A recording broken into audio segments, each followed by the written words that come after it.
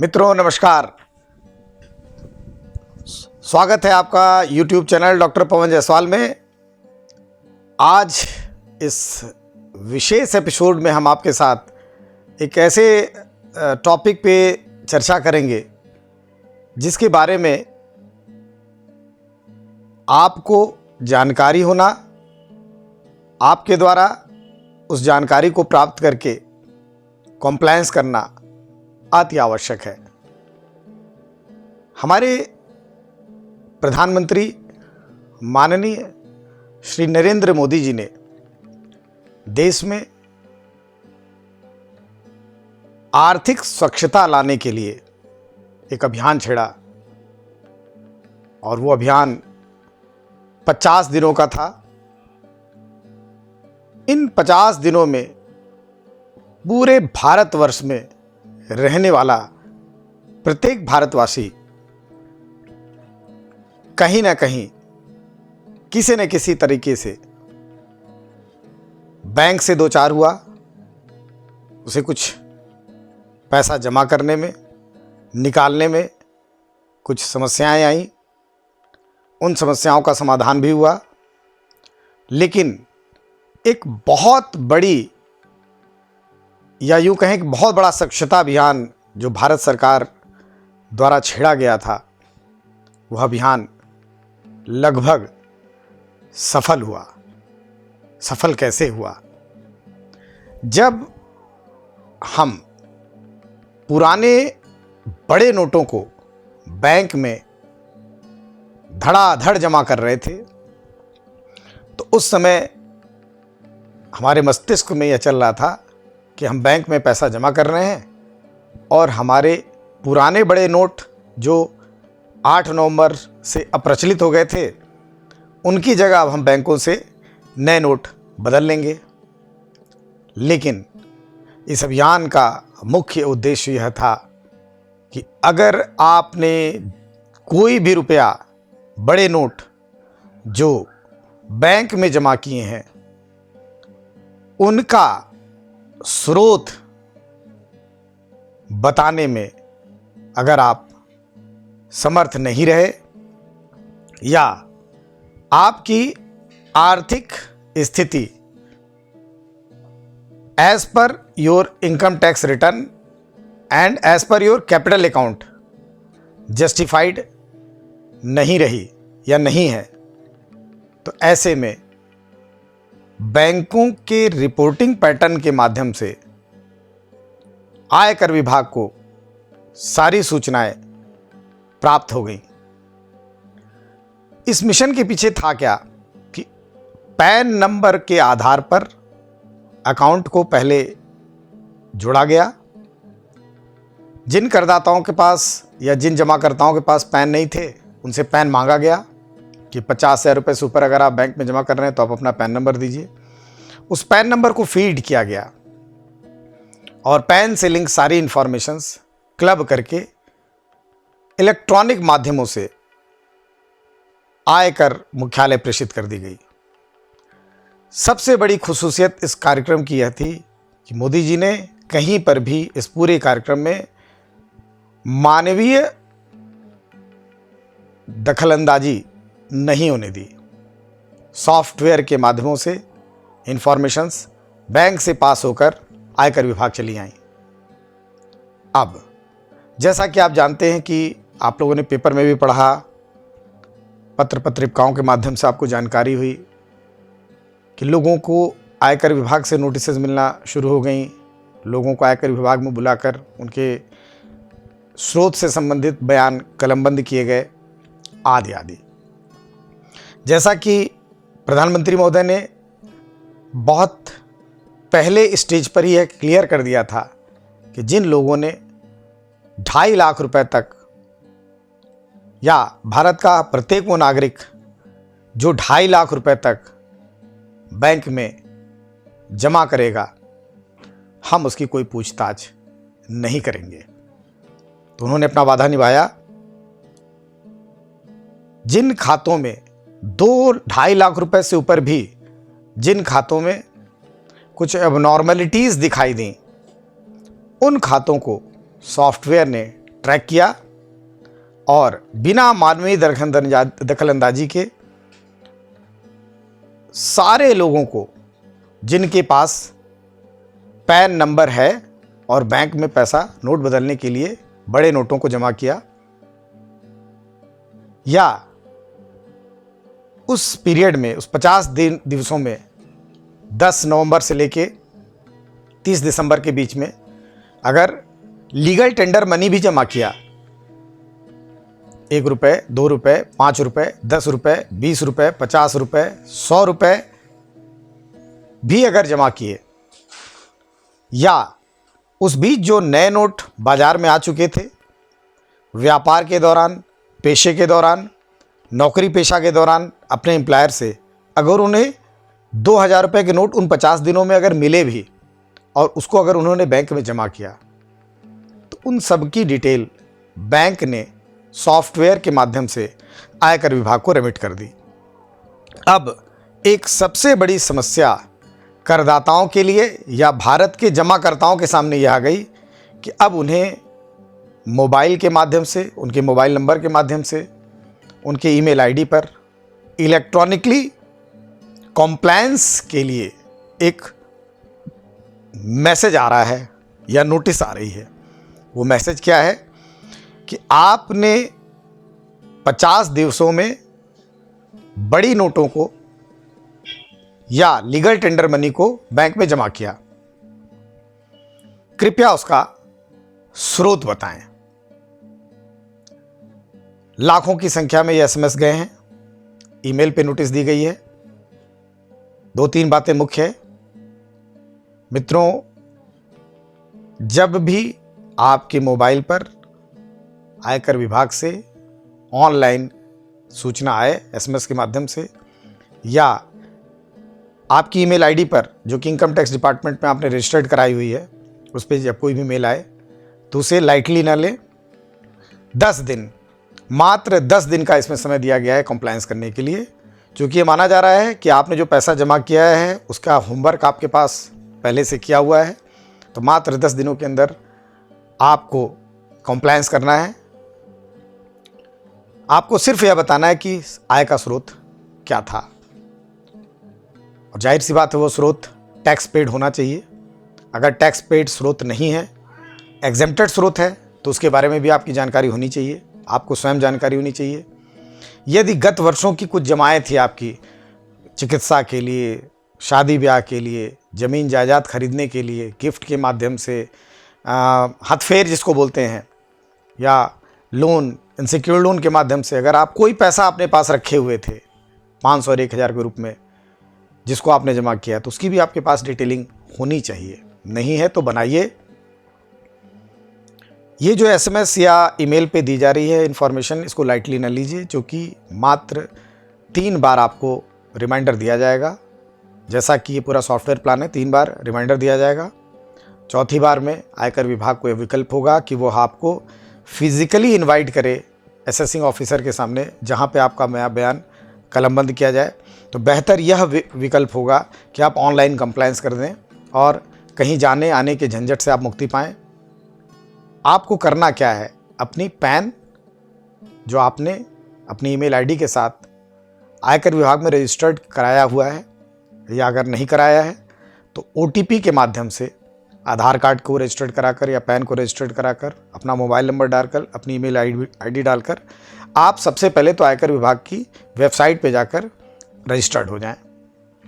जब आप रजिस्टर्ड हो जाते हैं तो आप जब वेबसाइट में, आयकर विभाग की वेबसाइट में अपने पैन के अंदर जब आप जाते हैं तो आपको तमाम तरह की इन्फॉर्मेशन मिलती हैं। उन्हीं इन्फॉर्मेशंस में एक होता है कैश से related information, information related to cash deposit. आप उस कॉलम में जाके आप जब जैसे ही क्लिक करते हैं, आप अप्रिशिएट करेंगे कि हमारे प्रधानमंत्री ने इतना बड़ा एक प्रोजेक्ट बनाया कि जैसे आप वहाँ क्लिक करते हैं आपको पता चल जाता है कि आपने 50 दिनों में, चाहे नए नोट के रूप में चाहे पुराने नोट के रूप में, जो भी रुपया बैंक में जमा किया था, अकाउंट वाइज डिटेल उसकी सामने आपको दिखने लगती है।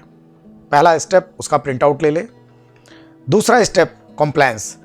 आप सबसे पहले देखें कि जितना रुपया रिकॉर्ड दिखा रहा है क्या वाकई उतना रुपये आपने जमा किया था।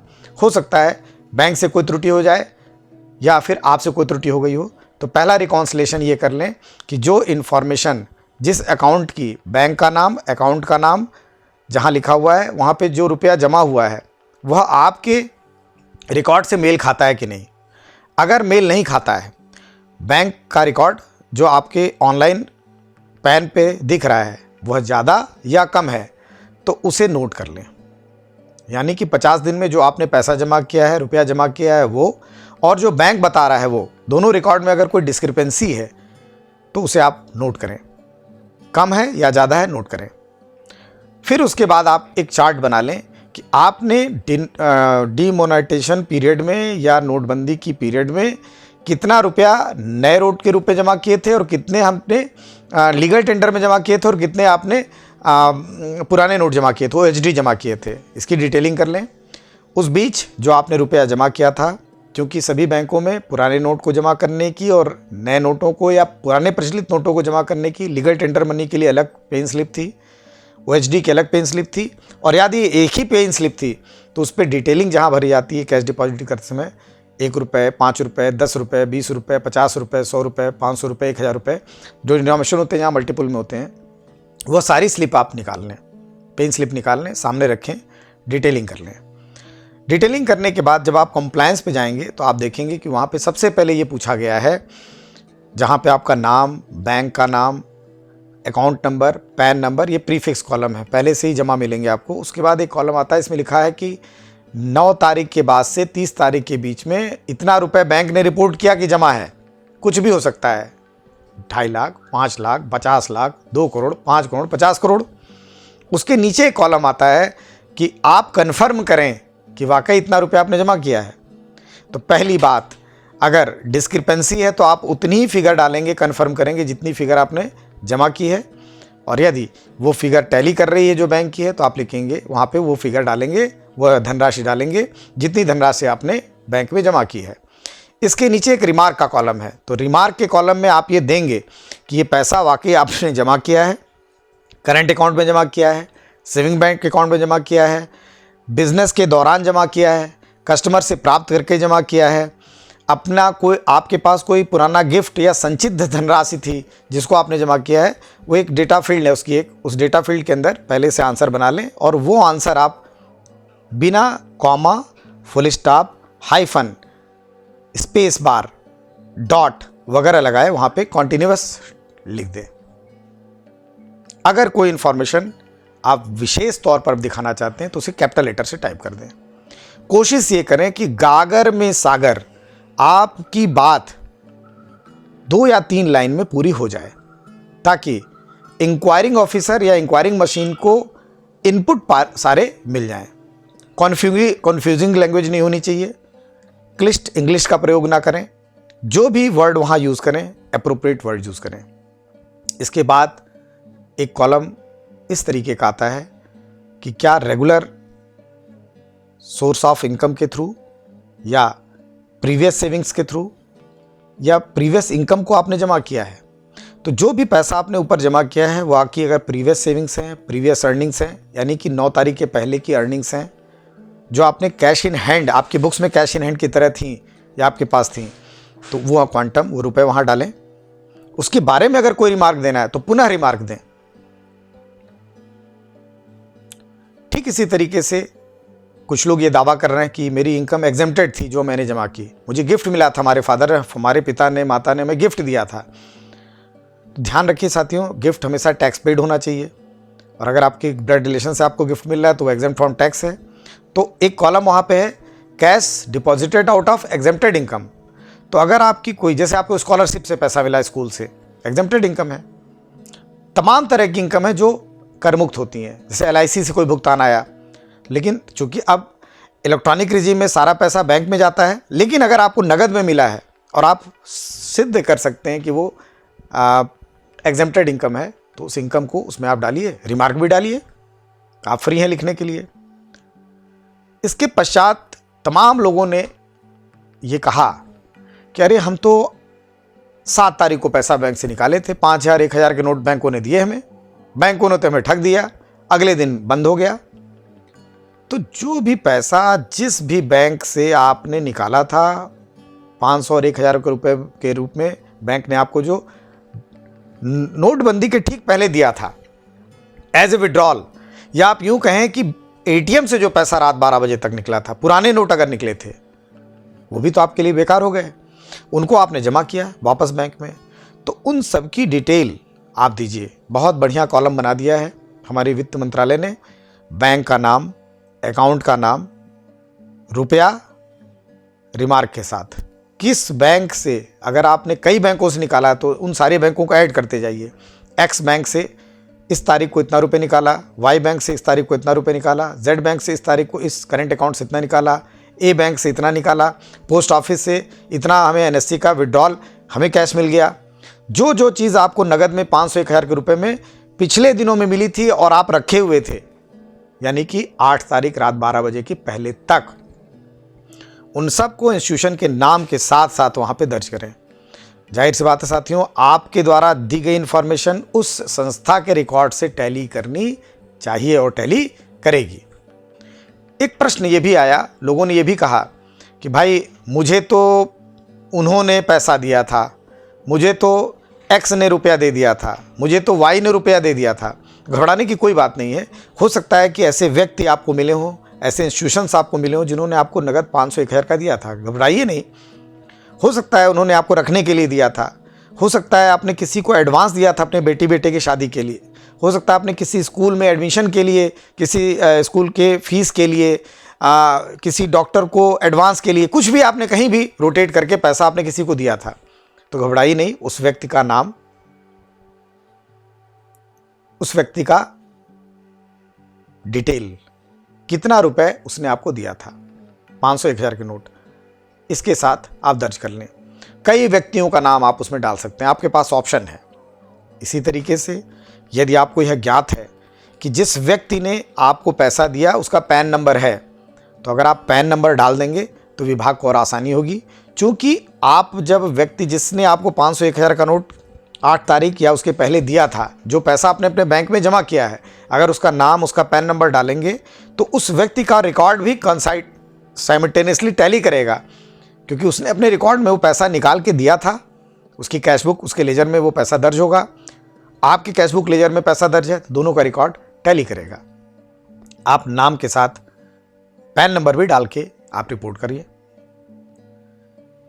इसके बाद एक बहुत बड़ी बात इस स्कीम में हमारे प्रधानमंत्री महोदय ने डाली है कि 17 दिसंबर सन 2016 से लेकर 31 मार्च सन 2017 के बीच यदि आपको ऐसा लगता है कि आप रुपए का स्रोत नहीं बता पाएंगे, या स्रोत की जानकारी है लेकिन आपने इनकम टैक्स उस पर पे नहीं किया है, अपने करों का प्रॉपर भुगतान नहीं किया है, तो ऐसे में जितनी धनराशि पर करों का प्रॉपर भुगतान नहीं किया है या जिसकी स्रोत की जानकारी आपको नहीं है, उस पैसे को चुपचाप बिना किसी लाग लपेट के, बिना किसी की दूषित सलाह लिए, भारत सरकार के कहने के अनुसार प्रधानमंत्री गरीब कल्याण कोष में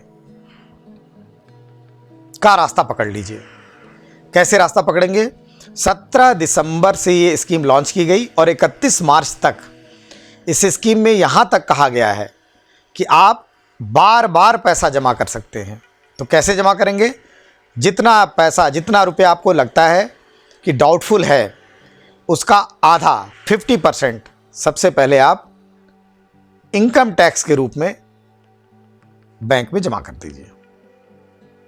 जैसे ही आप इनकम टैक्स के रूप में 50% अपनी अघोषित आय का या उस ऐसी आय का जिसका स्रोत आप नहीं बता पा रहे जमा करेंगे, वैसे ही आपको बैंक से एक चालान जनरेट हो जाएगा। ऑनलाइन कर लीजिए बैठ के या बैंक में जाके कर लीजिए। उस चालान की कॉपी लेकर ऑनलाइन प्रधानमंत्री गरीब कल्याण कोष फॉर्म को भर दें। उस फॉर्म को भरकर ऑनलाइन ऑफलाइन भरकर चालान के साथ आप अपने बैंकर के पास जाइए और उससे कहिए कि जितना मैंने टैक्स जमा किया है उसका आधा, यानी कि 50 का आधा 25%, ये मैं आपको समर्पित कर रहा हूँ 4 साल के लिए। कृपया 4 साल तक के लिए मेरा ये पैसा जिसका मैं स्रोत नहीं बता पा रहा हूँ, जिस पे मैंने आयकर नहीं दिया था, गरीबों के कल्याण के खर्च के लिए मैं भारत सरकार को दे रहा हूँ। कितनी खुशी की बात है कि आप गरीबों के कल्याण के लिए अपनी अघोषित आय का मात्र 25% 4 साल के लिए देंगे। तो जाहिर सी बात है साथियों, ब्याज की प्रत्याशा तो हमें वैसे भी नहीं करनी चाहिए। और मैं तो एज ए कंसल्टेंट ये कह सकता हूँ कि वह देश धन्य है जिसका ऐसा प्रधानमंत्री है जिसने एक ऐसी स्कीम लिखाई है कि दान को भी 4 साल में वापस करने की बात की है, कि जो गरीबों के कल्याण के लिए जो आप पैसा देंगे वो 4 साल बाद आपको वापस मिल जाएगा। तो पहले आपके पैसे से गरीबों का कल्याण होगा 4 साल, उसके बाद आप वापस लेके अपना कल्याण कर लीजिए। तो जब 50% टैक्स दे देंगे, 25% गरीबों के कल्याण में लगा देंगे, तो रेस्ट जो 25% है उसे आप अपने वर्तमान आवश्यकताओं को, अपनी वर्तमान नीड्स को पूरा करने के लिए भी आप खर्च कर सकते हैं। पहले इसमें यह था कि इस स्कीम का ये था कि गरीब कल्याण कोष में एक बार पैसा जमा करना है, किंतु अभी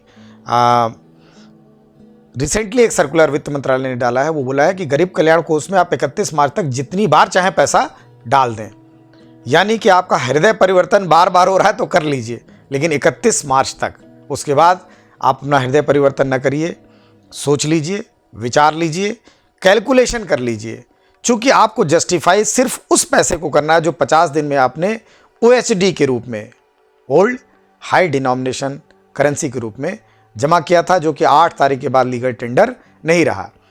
और अगर आपको लगता है कि जो लीगल टेंडर मनी नहीं रही वह आपका अपना पैसा नहीं है, अघोषित स्रोत से आया था, जिसके स्रोत का आप नहीं बताना चाहते हैं, गुप्त रखना चाहते हैं, वो पैसा एग्जेम्प्टेड इनकम नहीं है, आपकी प्रीवियस सेविंग्स नहीं है, आपकी रेगुलर इनकम नहीं है, किसी ऐसे सोर्स से आया जिसे आप बताना नहीं चाहते हैं, तो बस गरीब कल्याण कोष का सहारा लीजिए। गरीबों के कल्याण कोष का सहारा लेकर अपनी परेशानियों, मजबूरियों से, अपनी भविष्य में आने वाली परेशानियों से, आर्थिक परेशानियों से, झंझटों से बच जाइए। अब जब आप 50% टैक्स दे देते हैं और गरीब कल्याण कोष में पैसा जमा कर देते हैं, या प्रपोज्ड कर रहे हैं कि मैं गरीब कल्याण कोष में इतना पैसा जमा करूंगा, उसका भी कॉलम इस कंप्लायंस में है। तो या तो जो पे कर चुके हैं रकम वो डाल दीजिए, या जो प्रपोज टू पे है। कितनी बड़ी बात है कि पहली बार ऐसा फॉर्म डिजाइन किया गया है जिसमें प्रपोज टू पे भी है, कि आप विलिंग हैं कि उस स्कीम में इतना रुपया आप डिक्लेयर करना चाहते हैं, या पूरा डिक्लेयर करना चाहते हैं, थोड़ा डिक्लेयर करना चाहते हैं, उसको भी आप डाल दें।